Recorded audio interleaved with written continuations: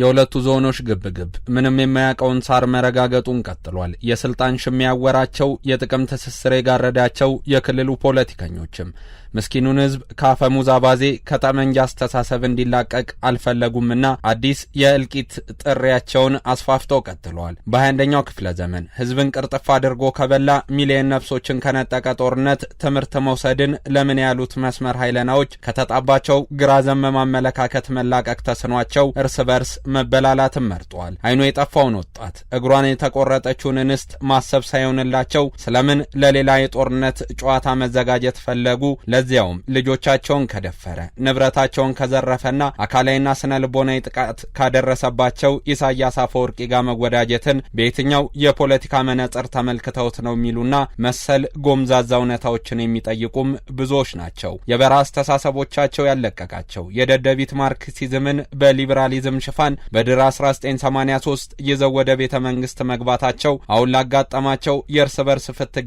ዋነኛ ምክንያት ተደርጎ መነሳቱም አልቀረም። በረሃኞቹን የማያውቋቸው እነሱ ወደ ትግል ሲገቡ የመወለዳቸው ዜና የተሰማው ጌታቸው ረዳም ከአባቶቻቸው ጋር የገቡበት ግብግብ አላዋጣ ቢላቸው አዲስ አበባን መሸሸጊያ አብይ አህመድንም መከታ አድርገው ለመጓዝ መርጧል። በረሃኞቹም በያኔው የትግል ሜዳ ቅኝ ግዛት ተገዝታቸዋልና ተገንጠሉ፣ ለዚህም ስትራቴጂካዊ ድጋፍ እንሰጣቸዋለን ሲሏቸው ከነበሩ የአዲያሎና የአስመራ ፖለቲከኞች ጋር የዳግም ጋብቻ መስርተው እልቂት ማርቀቅ፣ ግጭት መጥመቃቸውን ቀጥለዋል። ለመሆኑ ከሰሞኑ ውጥረት የበዛበት ትግራይ ጌታቸው ረዳን ተሰዳጅ ፖለቲከኛ አድርጋ ወዲያ ደግሞ ያድዋዎቹን ኦልድ ጋርዶች ለመቀበል ዝግጅቷን ጨርሳለች ማለት ይቻላል። ወደ ቀደመ ቀያችን መልሱን፣ እርዳታ ስጡን፣ ትምህርት አስተምሩን፣ ጤና ተቋማትን ወደ ስራ አስገቡልን የሚሉ የማህበረሰቡን ድምጾች መስማት ለምናችን ያሉት ሁለቱ አንጃዎች በስተመጨረሻም ሲጓተቱት የነበረው የፖለቲካ ገመር ተበጥሶ መተርተር እጣ ፋንታው ሆኗል። ለመሆኑ በዚህ ሁላ ችግር ውስጥ የፌዴራል መንግስቱ ትግራይን እንደ አንድ የአገረ መንግስት አካል ከመቁጠር አንጻር በሌላ በኩል ደግሞ እንደ አሸማጋይ የሚጠበቅበትን ሰርቷል ወይ? የበዙ ሀገራት በአምባሳደሮቻቸው በኩል የበዛ ስጋትን ሲገልጹ ለደመሰስናቸው ዜና ማንም የማይቀድመው ያቶ ለገሰ ቱሉ ቢሮ ዝምታን መምረጡስ ለምንድን ነው? ተሰዳጅ ፖለቲከኛ ተደርገው የሚቆጠሩት ጌታቸው ረዳና ክልሉን መምራት ጀምረናል የሚለው የደብረጽዮን ገብረ ሚካኤል ኃይል ቀጣይ አስተላለፎችና እርምጃዎችስ እንዴት የሚቃኙ ናቸው የሚለውን በአዲስ ማለዳ ትንታኔያችን ልንዳስሰው ወደድን። አብራችሁን ስትቆዩ በእያንዳንዷ ደቂቃ እንደምትደሰቱ ከወዲሁ በመተማመን ነው።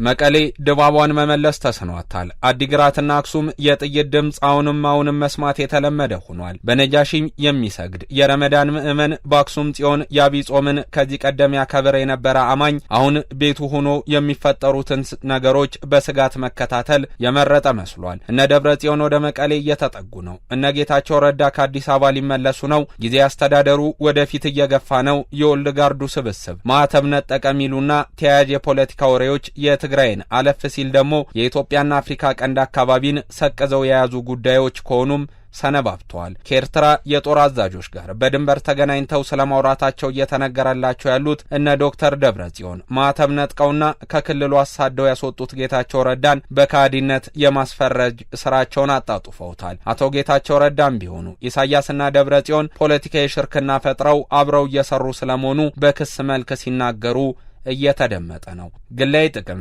የስልጣን ጥማትና መሰል ፖለቲካዊ ቁርቁስ እያወዛገባቸው ያሉት ሁለቱ አካላት በየፊናቸው ጥቅማቸውን ለማስጠበቅ ከምቾታቸውም መጓደል እንዳይኖር አስመራና አዲስ አበባን ወጥ ተወዳጅተዋል። አማጺ ቂመኛ፣ ባንዳ ከዳተኛ የሚሉን ቃላት ተደጋግመው የሚደመጡበት የትግራይ ፖለቲካ ዛሬም ከክስ መድረክና ከመወነጃጀል ደጃፍ ገለል ማለት አልቻለም። ሚሊዮኖችን በበላ ጦርነት ከለጋ ወጣት እስከ ተጧሪ አዛውንት ከልጃገረድ እስከ እሞሃይ ያጣው ክልሉ ዛሬም ስልጣንና የወንበር ጥቅም ነክሰውበት የባለስልጣናቱን አይን ጋርደውበታል። ህዝቡን አድኑት፣ የማገገሚያ ጊዜም ስጡት፣ ገበሬውን ወደ እርሻ ተማሪውንም ወደ ትምህርት ቤት መልሱት የተባሉት ደብረጽዮን ገብረ ሚካኤልና ጌታቸው ረዳ ጥያቄውን በጆሮ ዳባ ልበስ አልፈው በራሳቸው በትረ ስልጣን ግብግብ ላይ ከገቡም ቀናቶች ነግደው ወራትም ከንፈዋል። እኔ ነኝ ለህዝብ የማስበው ከሚል ፍጹም ያለመተባበር ስሜት የሚመነጨው የሁለቱ ቡድኖችና ግለሰቦች ፖለቲካዊ ፍጥጫ በ4 ኪሎም ባዲያሎም ዘንድ ሞገስን በማግኘት ከብሮን በመታየት የሚመጣ የስልጣን መናን በማማተር ላይ የተጠመደ ሆኗል የሚሉ አስተያየት ሰጪዎች ሁለቱ ቡድኖች በጦርነቱ እግሩን ስላጣና አይኑን በቦምብ ፍንጣሪ ስለጨለመበት ወጣት ወይም በአሰቃቂ ሁኔታ በግሩፕ ስለተደፈረች እናትም ሳይሆን ዲሞክራሲ፣ አምባገነናዊነትና ጥገኛ መበስበስ በሚሉ ማርክሲሳዊና ስታሊናዊ አመንኪዎች አፍቅሮተ ስልጣንን ለማስጠበቅ እየተውተረተሩ ይገኛሉ። ይህ ፍጭት ጥማተ ስልጣን በየጊዜው ከማስተካከል ይልቅ ቅርጽና መጠኑን እያሳደገ ዛሬም የህዝቡ አሳር መሆኑ ደግሞ ቀጣዩን የክልሉን ሁኔታ ገሃነብን የሚያስናፍቅ ሲኦልንም የሚያስንቅ አይሆንም የሚሉ በርካቶች ናቸው። ለምን ለህዝብ ጥቅም ስንል ባድዋ ተራራ በቆላ ተንቤን በረሃ ወርደን ወጥተናል የሚሉት የችግሩ ስር የሆኑት ሊቃንስ ባልበላውም ጭሬ ልበት ነው ከሚል ቀውስ ወለድና መከራ ርዛሚ ከሆነ አስተሳሰብ እንዴት ሊላቀቁ ይችላሉ? ይህ መቼስ ሊሆን ይችላል የሚለው የበዛና የብዙዎች ጥያቄም ከሆነ ሰነባብቷል። ስትራቴጂካዊ አመራር ክፍተት አጋጥሞናል። 5 አስርታትን የተጠጋው ጎልማሳ ድርጅታችንም ታሟል ያሉት የክልሉ አመራሮች በባለፈው ጊዜያት 64 ቀንና ሌሊቶችን በሐውልቲ አዳራሽ ቢያሳልፉም የመከኑ ቀናቶችን እንዳሳለፉ አሳይቷል። መመካከራቸው ለዳግም ግንባታ መነጋገራቸውም ለፎይታ ነው ያለው ምስኪን ህዝብም ከዛ ሰፊ አዳራሽ አንድ የደስታና የተስፋ ወሬ ይመጣ ይሆናል ብሎ ያስተውሎቱን ቀስት ወደዛ ቢያዞርም ነገሮች ተገልብጠው አሁን ላይ የመኖር ያለመኖር ጥያቄው በእጃቸው እንዲገባ አድርጎበታል። ይህ ካሁን አሁን ምን ሰማይ ሆን ብሎ ልብና አእምሮውን በተስፋ ወደ አዳራሹ ወድሮ የነበረ ህዝብ ግን አሁንም ድረስ አራት ጨርሱን ማለቱን እንደቀጠለበት ነው። አንተ ከጊዜ አስተዳደሩና አንተ ደግሞ ከነ ዶክተር ደብረጽዮን ግሩፕ ነህ እየተባለ ባልሰራውና ባላለፈበት ኃጢአት የሚጠየቀው መበርታቱ እየታየ ነው። ስለ ችግሬ እየተነጋገሩ ነው ብሎ ተስፋ ያደረገው ይህ ህዝብ አንድም ቀን ቃለ ጉባኤ እንዳልተያዘለት፣ ስለ ረሃቡ እንዳልተነገረለት፣ ጦርነት እንደሰለቸው እንዳልተወራለት ተነገረው። ይልቁንም አመራሮች እርስ በርሳቸው የስልጣን ምንዳ ፍለጋ የሚሽከረከሩ ጉባኤና አካሄድ የሚል ተራ አጀንዳን ከሰባይነትና ከመሰረታዊ ጉዳዮች በላይ አድርገው ሲነታረኩ የከረሙ ስለመሆናቸውም እንዲነገረው ሆነ ቁልጭ ተብሎም ታየ። በቃ ህዝብ ተስፋን ቆረጠ። እንኳንስ የጦርነት አውድማ ሆኖ ለቆየ ይቅርና እንደ ደቡብ አፍሪካ ባሉ ግዙፍ ምጣኔ ሀብት ባለባቸው ሀገራት ስርዓት አልበኝነት በሚያስቸግርበት በዚህ ወቅት በወጎ ያልተያዘውና ከታንክና መትረየስ ጋር ተወዳጅቶ የከረመው ወጣት መዝረፍና መግደል ስራው አደረገ። አሁን አክሱም ጽዮንን ማየት የሚፈልግ የለም። መቀሌ የቀደመ ድምቀቷ ተስኗታል።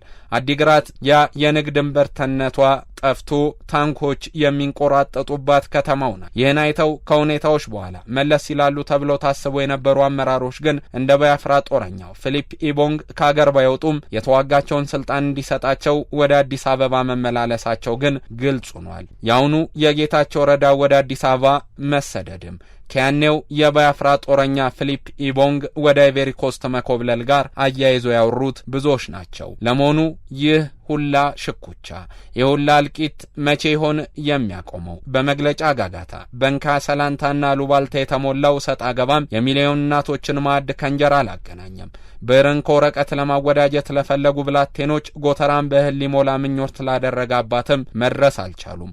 ትግራይም ህዝቡም ግን አሁንም ይላል መስመሩ ኃይልና ብላችሁ የተዋደቃችሁበት መፈከር ቆሞ ቀር አድርጋችኋልና ቀይሩት እያለ ነው። እነሱ ግን ከሞቀው ወንበር ከሚያጓጓው ምቾት ሽራፊ መቀነስ አልፈለጉምና ባንዳ ከሃዲ ወዶ ገብ መባባሉን ልምድም ስራም አድርገውት ቀጥለዋል። ትግራይስ ወዴት ታመራ ይሆን?